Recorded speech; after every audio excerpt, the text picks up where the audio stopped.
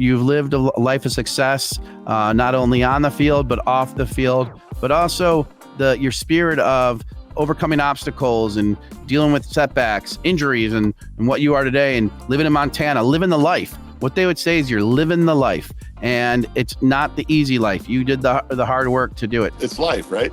In life, shit's going to come your way, positive, negative, and you can't control what's coming at you. You can control what you do with it, and that's the deal for me. And tried to handle it the right way at each juncture to the best that I could. And because of that, I ended up with a great relationship in all the cities I played in, and great relationships with all these teammates. And the other perspective on it too is that, you look at it with the benefit of hindsight.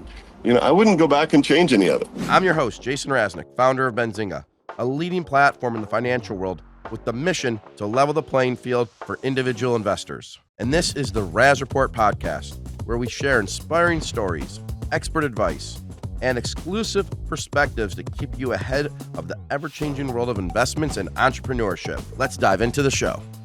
I'm excited for this edition of the Raz Report. We got an awesome person, athlete, business person, just all around good guy, and something else you can add to his resume, funny guy as well. So he gave a lot of laughs to us a few weeks ago. Drew Bledsoe, thanks for coming on the Raz Report. Yeah, man, happy to be here. Sorry for the complication earlier, but I'm up here in Montana, and turns out cell coverage and technology is still a little behind up here, so I apologize for the delays. Yeah, you're like in the best place ever. Someone was just telling me yesterday they could have bought some land in Montana for I forget what price they were saying, but like 10 years ago, and now it's like it's like a 20x this one area that it's just the most beautiful place ever, right? Yeah, it's bananas, man. We got here a long time ago, though. We got here before it got crazy back in 1996, and it's been it's funny. It's been one of our better investments, but it's an investment that will never actualize because we'll never sell it. It's too good. So because then you got to go buy another house or move. Yeah, then we got to go find someplace better, and I can't imagine any place better. Yeah, and so everyone visits you. That's good. So you got some visitors coming every so often. So I went to University of Michigan. You're a Washington State guy. So yes, were you was football your first sport, like middle school? What were you playing? Yeah, I did everything growing up. I've been a skier since I was 2 years old. But I think sixth grade I did a little bit of everything. It was everything except football in sixth grade, actually. Soccer, basketball, wrestling, which was funny because I was really tall and really skinny. I was a swimmer.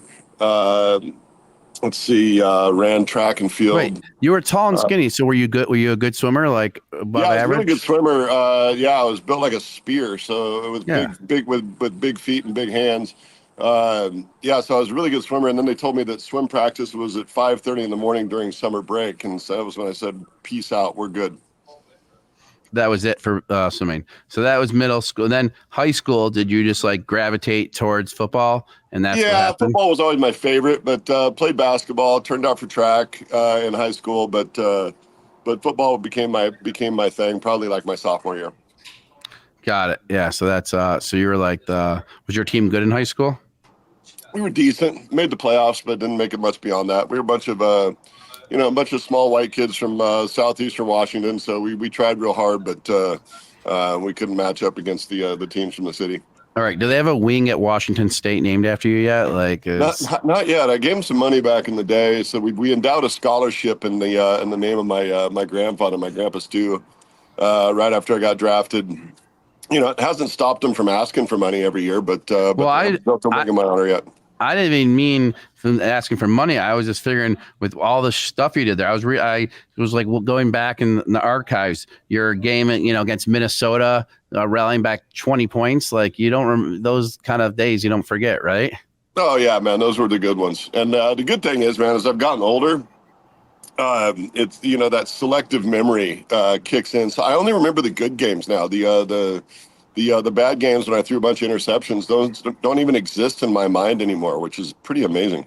That's amazing. So in golf, I remember the bad shots, not the good shots, At the end, then finally on the 18th hole, you remember that good shot there. But it's like you always remember the bad things, but now your memory is all the good stuff. So that's good. Exactly. As time goes by, you get to be selective about what you remember. At least I've been able to, which is great. Well, you must have been pretty damn good there. Number one draft pick. I mean, you have very few company in that, world, right? I mean, it's a good club to be in for the most part. Yeah, there really should be a club for you guys. Like, I know there is because you're saying it, but like how Delta has like Delta Diamond, this or 360.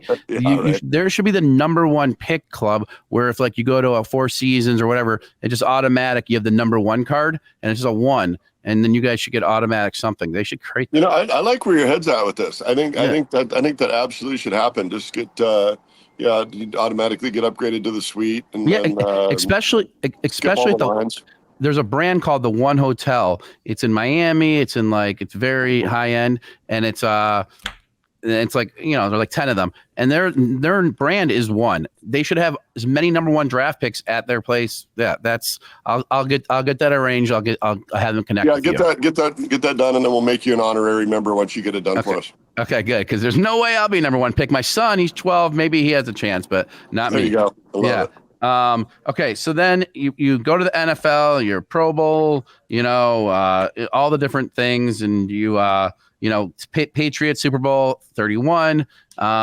Like you've lived like the football Hall of Fame career, college, pros, and everything's going great, right? Like that's the career. While you were doing football, did you have any other business interests? Because I know we're going to get to your business interest too. While you were in football, no, we dabbled a little bit. Thankfully I had good financial advisors the whole way through, so they didn't let me do anything super stupid. But didn't really jump in with both feet on the business side, until I made the decision to retire, and that's when we really decided to get after it. Yeah. Okay. Got it. So you and your wife, if I stand corrected, you started a winery, like the Bledsoe Wine Estates. Yeah, we started out with one winery back in the day, just called Doubleback, and then that's grown since then into 3 wineries that are all under the Bledsoe Wine Estates umbrella. It's been a ton of fun, and it's been it's been fun in the real ways too, because it hasn't always been easy. I mean, we've had to fight our asses off, and but it's been super rewarding.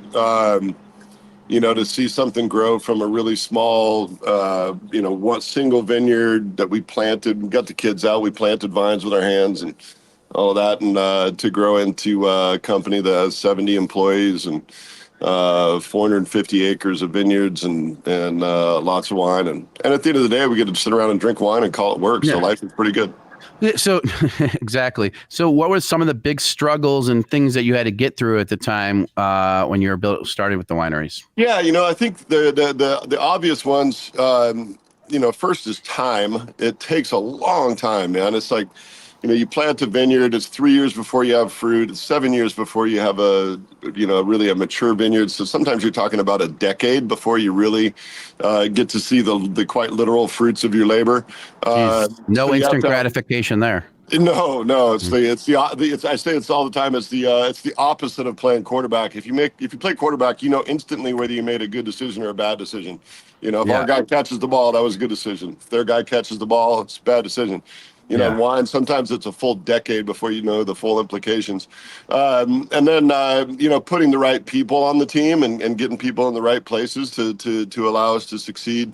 Dealing with Mother Nature and everything she throws at us continuously, dealing with market conditions, which kind of suck right now with inflation and all that. So there's, kind of the natural, evolutionary stuff in business that you have to deal with.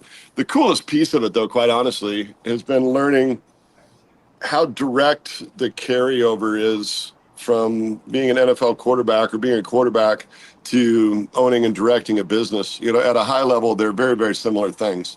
You got to plan, you got to execute with precision. You got to have the right people around you. You got to be able to embrace adversity and understand that adversity is where you really thrive. So all of those things have been really cool to understand that, those skills, carry over very directly. Well, I mean, so that's, and we're going to get back to football days, but like you're talking about, you got to plan, you got to face adversity.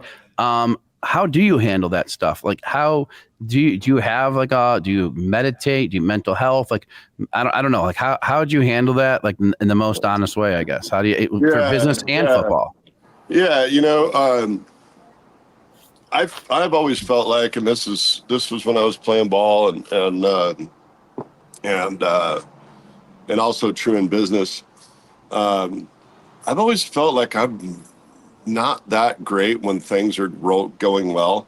I mean, I can still, get my job done and all this stuff, but I feel like where I've always been better was in times of chaos or when things are not looking great, because that's when I was then and still am today able to really focus better. If I had to critique, myself as an NFL player, I wasn't great playing with a lead. I would kind of just get distracted and start thinking about what was for dinner. But if we were behind, then I could really focus, which, not something I would have admitted while I was playing, but it's certainly something I can admit now. I don't think I was great at leading from the front. No, Drew Bledsoe, like it's who you're here with, but that makes so I go to this coach, therapist / person, and I wait to do things until the last minute a lot of times. And his point is, I need that pressure. I need the pressure of someone saying I won't be able to do it, because when I was younger, they said I wouldn't be able to read or whatever. And so when someone says I can't do it, then I really focus in and I need that pressure. It sounds like you liked having that pressure when you were up and it was just easy to you. That wasn't exciting to you. You wanted that intensity, that make your blood rise, right? Is that kind of thing? 100%. Yeah, no, that's exactly it. Yeah, it's funny. Actually, I wrote a college paper on the benefits of procrastination. Okay, holy shit! What the fuck? This is what our interview should be about. which I of course finished at 2:30 in the morning the day before it was due. Wait, you finished it 24 hours in advance, or that morning of it? That morning? No, morning. It was due. Okay. It was due at 10 a.m. and I finished it at 2:30 in the morning. Yeah, so you've obviously had grammar. Otherwise, I did that would have been I would have been making this whole thing up, right? Yep. But I actually got an A on the paper. And wow. The prof also happened to be kind of entertained by it. But it was kind of all the things you were saying. It's like, oh man, I never do my best work, if I'm not under the gun. And I mean, so I mean, I wish it was sometimes the other way around. But so the benefits of, so your paper was about the benefit of procrastination. I mean, exactly. That's crazy. That was a paper. And do you live by that still? I think if you ask my wife, she would say 100%, that I do that. She gets a little frustrated, if we're flying somewhere. I like to get there in time to walk through security and straight onto the airplane. And she's not exactly wired that same way. Same thing, man. My wife wants to get there so early, and I get so frustrated because we're sitting at the airport for an extra hour. What's the point of that? So I think from a business standpoint, the important thing is to recognize that about myself, and then put the people around me that can really execute on the things that need to be done repetitively with consistent greatness. That I'm just not going to ever have the focus to do. And so thankfully I've been able to surround myself with great people that fill in those significant gaps that I have. Yeah, absolutely. So Double Deck and Bledsoe Family Winery. So Double Deck, what are they the same? So Double Back is our original the reason for being, and the reason it's called Double Back is I grew up in this little town of Walla Walla, Washington. Beautiful little town. While I was playing ball, discovered that my little hometown was making some of my favorite wines in the world. And we would do blind tastes against California and Bordeaux and all this stuff. And we were kicking ass. My friends that were making wine back in my little hometown. And so after football was over, when I saw that coming, we doubled back and returned home. And so that's where the name Double Back comes from. And that's our original baby. It's still the wine that gets that gets first choice with everything we make. But since then, we've branched out. We have Bledsoe Family Winery, where we make wines that are a little less expensive, but still very high quality.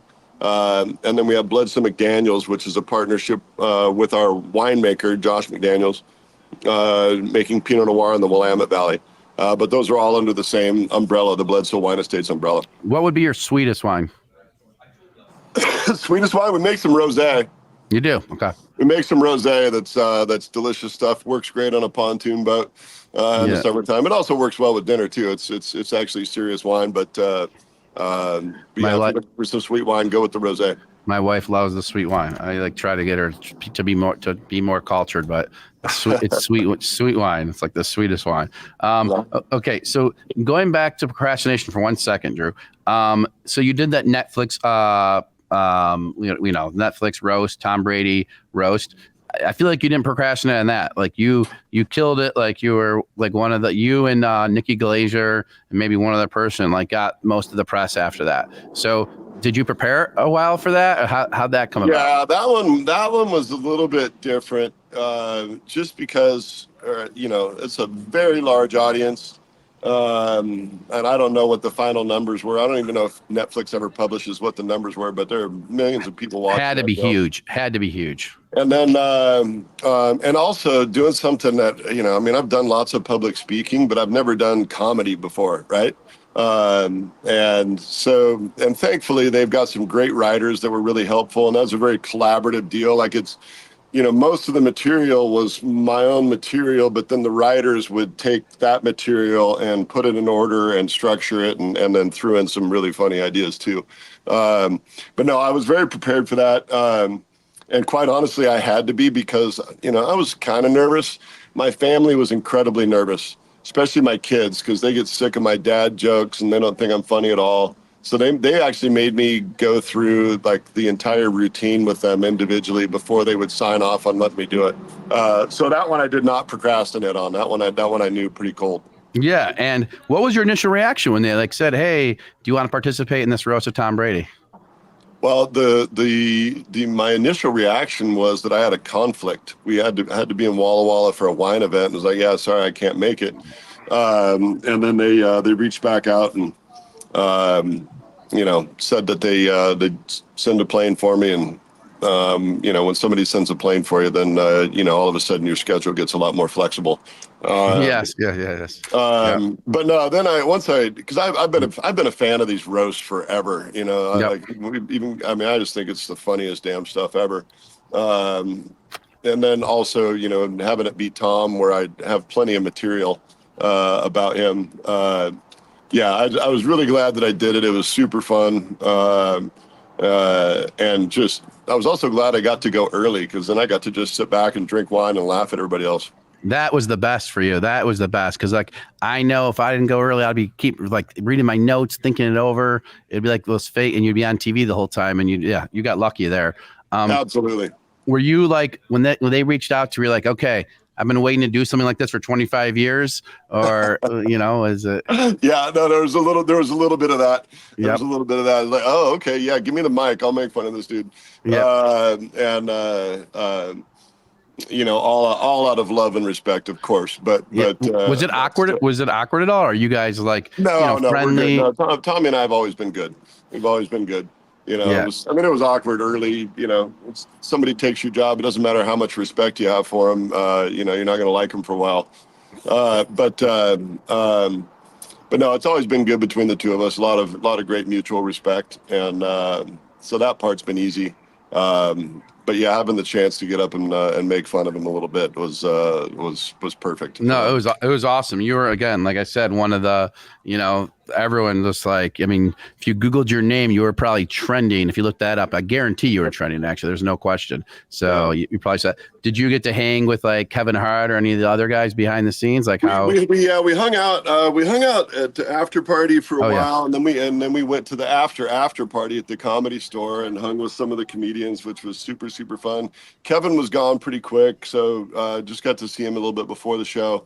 But the cool thing was that there were some of the comedians that were just there to watch. Like Chappelle was there, and he was just hanging out watching the show. He hung out at the after party, and then we went to when we went to the Comedy Store. A guy came and grabbed us, like, "Hey, you might want to go upstairs." This is like 1:30 or 2 in the morning, so you might want to go upstairs. Chappelle's going to jump on and do a little set for 40 people. So yeah, it was really fun getting. Right. So hold on. So that happened. Oh yeah. We went up and just So the guy's like, come upstairs. Chappelle's going to do a set. Are you serious? At 1 or 2 in the morning? Like you had no idea that was about to happen. No, we did. We were hoping so. Oh my God, He just riffing with the audience. He wasn't even really doing a set. He was just kind of working on some stuff. But that was just absolutely awesome. Shane Gillis was crazy cool.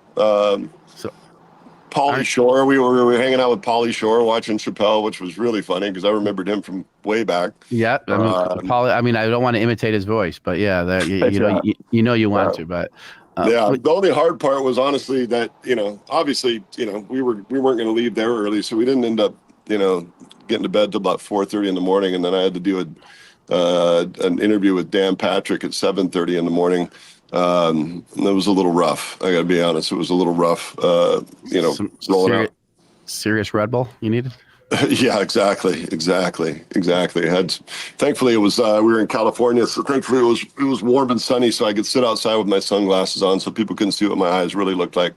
But yeah, no, it was a great experience. Loved every minute of it, and I'm just hoping there's going to be some more roasts. I just don't know who they're going to go with next. I just want to be invited. Yeah, that's a good point. I don't know. Maybe your old coach Bill Belichick. After his, I feel like he got roasted just about as much as Tom did during that thing. That's true, but now he has some new updates that have been in the media. Oh boy, yeah, there's some jokes in there that had we known about his relationship that could have gotten pretty. Could have gotten pretty deep. Yeah. So, Bill Belichick, how was he? Did you learn a lot? Is this? Are you talking about at the roast or back when we were playing? When you're playing. Yeah. No, I mean, he's obviously a great coach. Works it to death. I think everybody knows he's not that much fun to be around, but just an outstanding coach when it comes to the X's and O's and the details. And so yeah, he'll be first ballot Hall of Famer. The interesting thing with Belichick right now, though, is whether or not he's going to get another job. Very interesting. You look at his resume. He's got the best resume ever, but the league and even the college programs, everything has gone younger, and I just don't think there are very many of these owners and GMs that want us 70-year-old to be the face of their organization. Everybody else is going young, so even with his resume, he may not get another job just because everybody wants to go young. It's crazy. Was he the GM too for the Patriots when he was there, or no? Yeah, he was. So maybe he could get a GM role then eventually, if that would. I could see that. I just don't know if he would take it. He just really loves the X's and O's so much. I think he would want to. And maybe that's the other piece that that teams are wanting to push back on is he probably wants to have both hats. So it'll be interesting to see if somebody throws something his way. Yeah. Now, my guy Aaron here wanted me to ask you, in the AFC Championship many years ago, you went in for injured, Brady, and did awesome. Did you feel like vindicated, like I'm good like this too, or like was there any sort of thing then? Well, look, I'd been the guy there for 8 years and a couple of games, and so I wasn't, I didn't really. Got it. I didn't have a lot of insecurities about my ability to play. But it did feel great to finally get back on the damn field, after I'd sat there and watched Tom and watched the team kind of go like this, to have the chance to come in and play in that game. That felt great. The thing that really sucked about it, though, is I came in and played and we won, and now we're going to the Super Bowl. And then Tommy's back in the Super Bowl. I'm like, man, this is bullshit. It's like you gave a starving man a snack. You get to go play a little bit, and then you get to the ultimate game and no dice.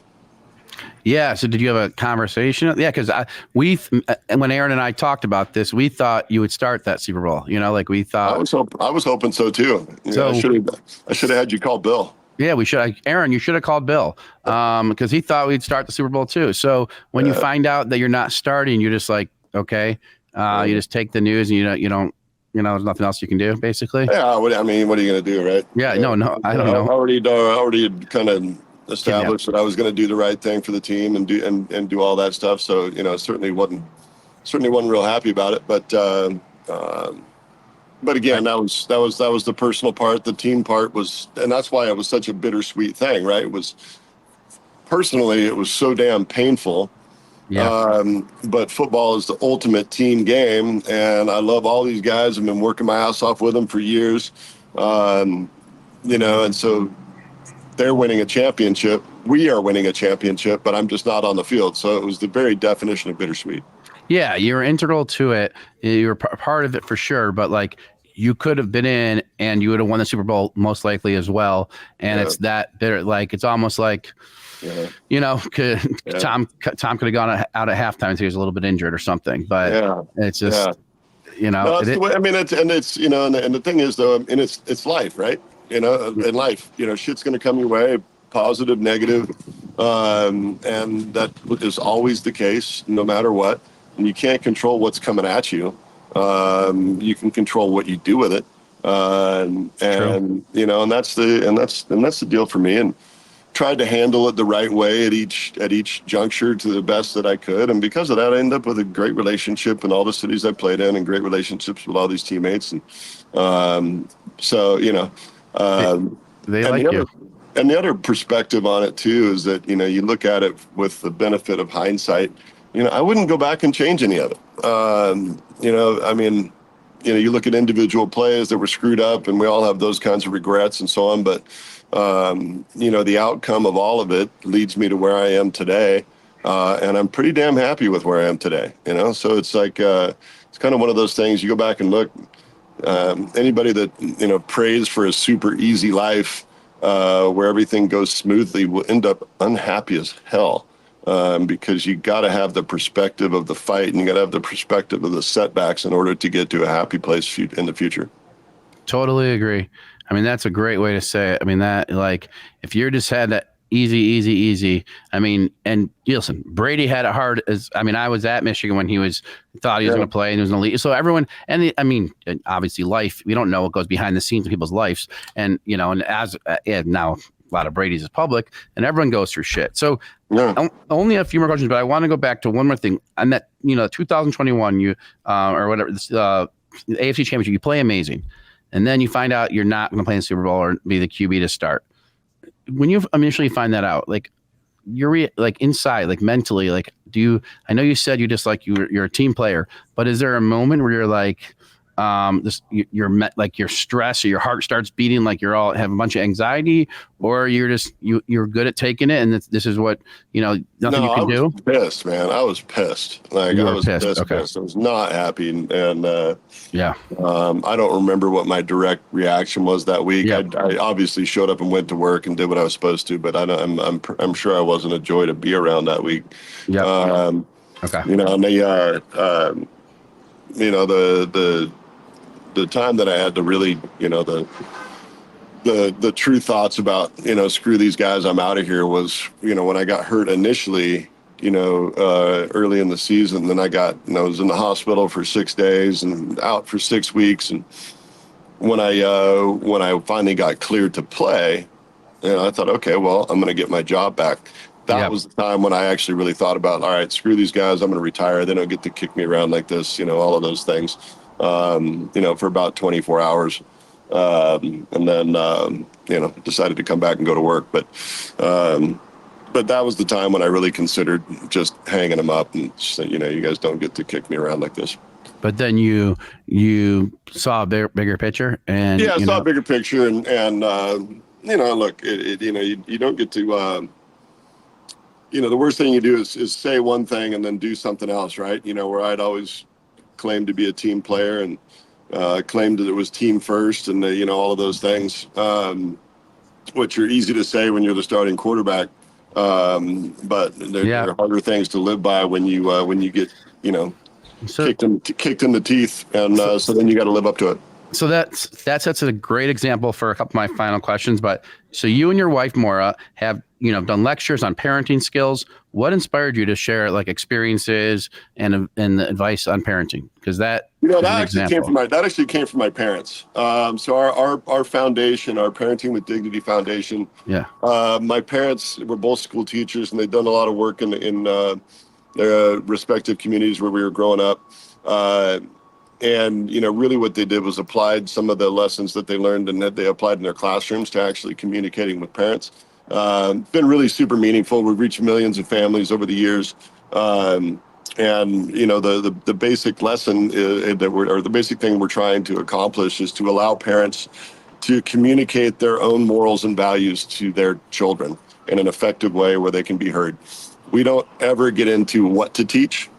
We don't feel like that's our business. That's your choice as a parent, what you want to teach your kids. But what we're really good at is giving parents tools for teaching their own morals and values to their kids. Got it. And you just love doing that? It's sort of like giving back?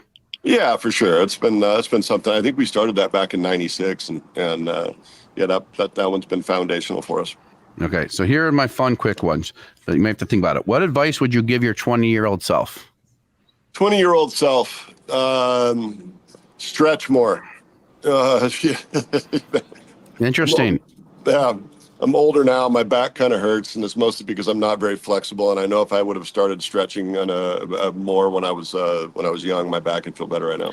You probably hit the golf ball very far, but I have a couple of friends who are on the PGA Tour. When they come to Detroit every year, they stay with me, and they do Pilates and stretch. They say that gives them the most distance, but you probably already. So do you hit the ball? It goes plenty far. It's just the direction part's piece of the equation is the hard part. Yeah, that's always fixable though. Yeah, for sure. Okay. And then any quote or piece of advice that you lived with that was like a game changer for you that helped you throughout times or whatever? Man, there are lots and lots of them. I'm trying to cycle through. I know it's hard. It's someone right that one. I would say so. I'll give you one on the parenting side is that you can fake that you care, but you can't fake being there, which means just show up. And make sure your kids know that sometimes you had to make a very concerted effort to just show up for whatever it is, whether it's a school play, which we all know how bad those are. Or some bad soccer game when they're young or whatever, but there's that subliminal piece. If you just show up, they know that you care. No, that's awesome. That was awesome because I have three relatively young ones. All right, last thing. So I know you said you have a financial advisor regarding investing. You have the wineries. You guys double back, Bledsoe, Google it, look it up. Regarding investing, do you just have a financial advisor put you in the stock market and other stuff, real estate, or do you go out and make some of your own investments too, where you're just, buying shares of Google or what have you? Yeah, NVIDIA. In terms of making trades, I've always just trusted the professionals, and they've been very, very good at it for me. We've dabbled in some real estate with, some good, some bad. And then, quite honestly, thankfully, some of the, crazy ideas that I've been presented with, I took to my financial advisor and he said no, which turns out is probably the most important role that a financial advisor can play, especially with somebody that's given too much money when they're young. He told me no a lot of times and kept me out of trouble. So we do some of our own stuff, but it's mostly now the stuff that I do and control, independently is all connected to the winery. No, that's great. And you're like a sommelier, like, all the different, like, everything about wine. Yeah, I know what I like. I know just enough to be dangerous when it comes to the winemaking process. But I'm pretty good at directing the overall business. So my wife and I essentially function as the board of directors. So we're directionally guiding the business, and then we have great people that execute on our plans. So I know I said that they should start a one club, number one draft picks, like, so you get the VIP at the Four Seasons, etc.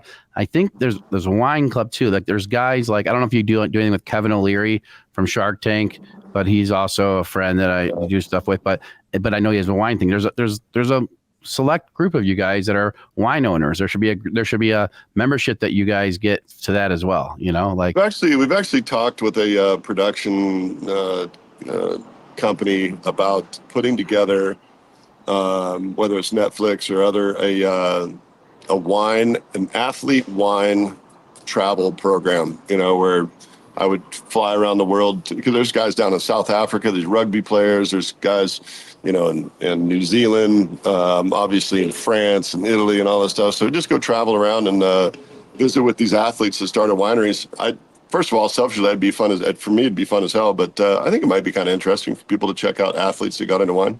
Oh, Drew, for sure. Like Aaron's sitting here, wait till he hears his idea. For sure, there'd be so much. There are people. So I do know a great movie person locally who's done a bunch of these that she sold on Netflix. I actually may, just see what she says, and then if she's interested, I'll connect you guys. Yeah, connect me. I'd love to visit. Because that's what people want to see. Like they want to see that. Like I watched the golf show on Netflix, but. Mm-hmm. It used to be better when it's like, I want to see the behind the scenes people. I don't want to hear about Live versus PGA for 3 episodes. I agree with you on that. Yeah, that needed to be a half hour of one of the episodes. It was terrible. And it's tell me about the people. Exactly. So this is something. All right, we're not making, but Drew's gonna have a show for you, Aaron. So you get to watch more. Do you want to say hi to Drew before we end? Okay, we'll end, and then you'll say hi after. All right. All right. I think, appreciate you coming on the Raz Report. You've lived a life of success, not only on the field, but off the field, but also your spirit of overcoming obstacles and dealing with setbacks and becoming, injuries and what you are today, and living in Montana, living the life. What they would say is you're living the life, and it's not the easy life. You did the hard work to do it. So be proud, be loud, and really glad you came on the Raz Report. Thanks again. Awesome, man. Fun to be here with you. And I'm going to go get back on my bike.